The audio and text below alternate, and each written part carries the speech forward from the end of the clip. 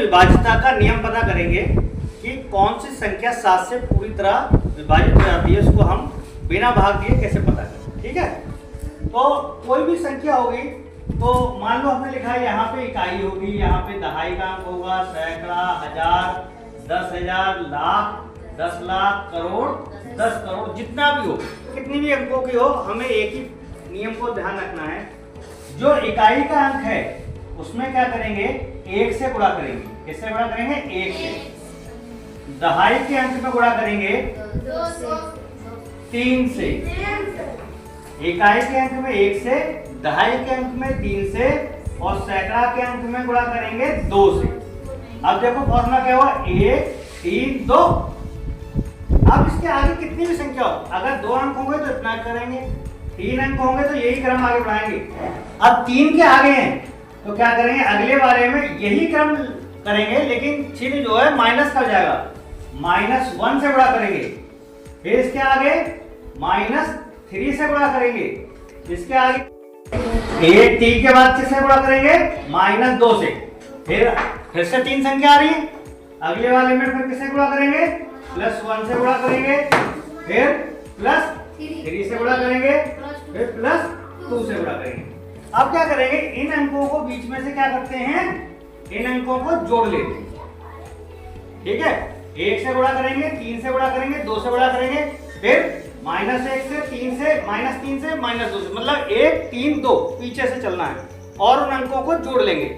अगर उन अंकों का योगफल 7 से पूरी तरह विभाजित होता है तो दी गई संख्या भी 7 से पूरी तरह विभाजित होगी। क्या करना है, इकाई के अंक में 1 से, दहाई के में 3 से, सैकड़ा के में 2 से।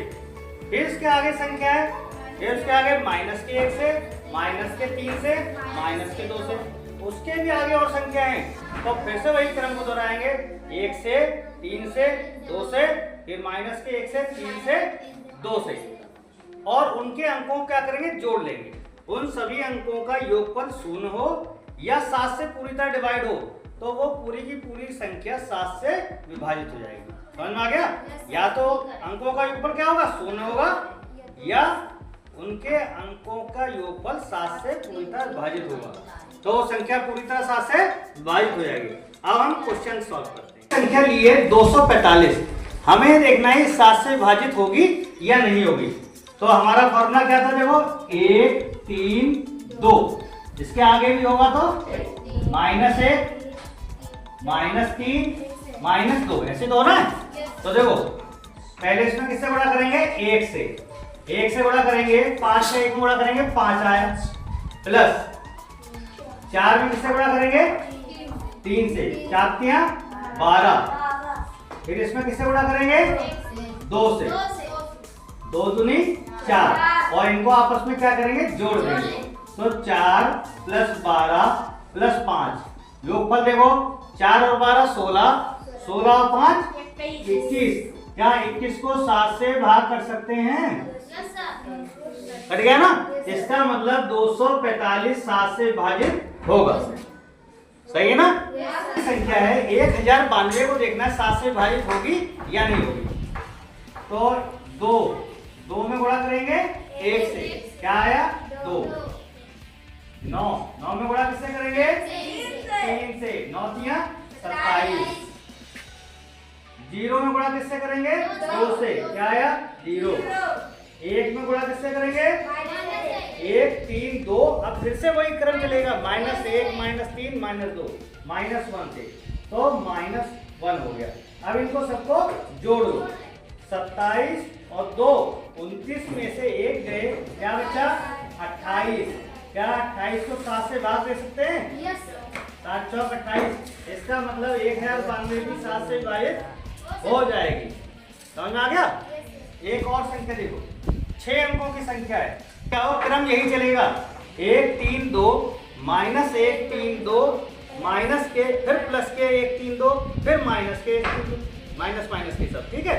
तीनों एक बार 3 प्लस के और 3 माइनस के, 1 3 प्लस के फिर 3 माइनस के। अब देखो 6 है, देखो 3 में किससे गुणा करेंगे, 1 से गुणा किया 3 आ गया।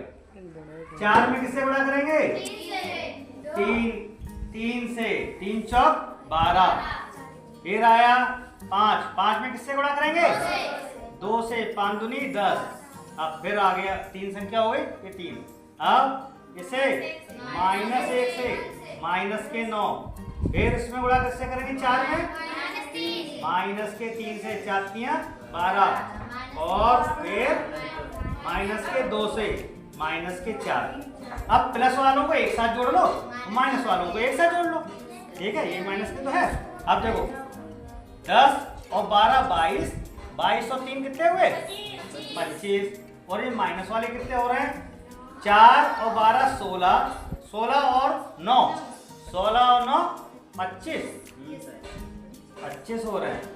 तो प्लस के माइनस के दोनों बराबर हो गए, 0 आ गए, तो 0 हो रहा है, वो भी संख्या 7 से डिवाइड हो जाएगी। अगर अंत में 0 आएगा, योगफल 0 आ जाएगा, वो संख्या भी 7 से पूरी तरह डिवाइड हो जाएगी। समझ में आ गया? सही ठीक है ना?